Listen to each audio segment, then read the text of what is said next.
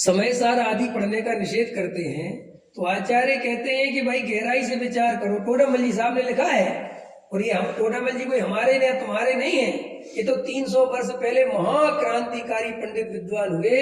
इनका कांजी स्वामी से कोई लेना देना नहीं है।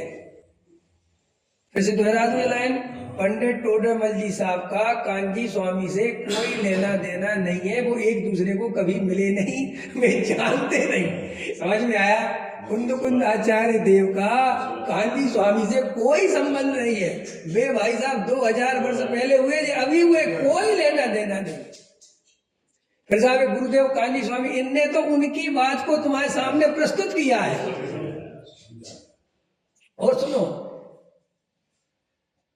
कोई पराया आदमी हमारी आई हुई चिट्ठी पढ़ दे तो पढ़ने वाला भले ही पराया हो, लेकिन चिट्ठी में जो लिखा है वो तो तुम्हारे आदमी ने लिखा है ना। आया समझ में कि नहीं है? भाई तुम्हारी चिट्ठी आई और तुम पढ़े लिखे नहीं थे, और तुम्हारा पड़ोसी दूसरी जात का है, मान के चलो, मैं तो ये कहता हूँ, और वो पढ़ा लिखा है और चिट्ठी तुम्हारी आई है, तुम्हें पढ़। तो पहले ऐसा होता था? देखा है पहले?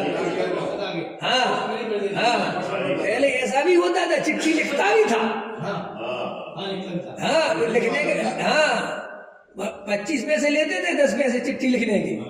धंधा होता था, एक में धंधा करता था चिट्ठी लिखने का और चिट्ठी पढ़ने का। लोग उसके पास, अच्छा बताओ, वो चिट्ठी पढ़ता है तो तुम्हें चिट्ठी में जो जो लिखा होता है वो पढ़ता जाता है, तो उसकी तरफ देखते हो कि जहां से वो चिट्ठी आई है उसमें जो लिखा उस तरफ ध्यान जाता है तुम्हारा। आया समझ में कि नहीं? तुम्हें ध्यान, वो तो पढ़ के सुना देता है, हमें कोई विकल्प नहीं आता कि यार ये हमारी जाति का नहीं है, कोई विकल्प नहीं, बस वो तो चिट्ठी में जो आया पढ़ गए। तो भाई साहब तुम्हें गुरुदेव पसंद नहीं है, कोई बात नहीं, हम तो कह रहे मत करो। तुम कहते थे श्वेतांबर थे, बिल्कुल ठीक, मत करो, हमको, हमें दिक्कत थोड़ी। टोडामल जी तो तुम्हारे खानदान के थे, वे तो दिगंबरों के दिगंबर थे। कुंद के नाम पे तो पूरा दिगंबर धर्म टिका हुआ है। वे तो तुम्हारी कुल जाति के है भाई, कहाँ से? वे तो हमारी है। तो उन्हीं को पढ़ो, है, उनको पढ़ो, और गारंटी हम दे रहे, उनको पढ़ लिया तो तुम्हें गुरुदेव की महिमा आए बिना नहीं रहेगी।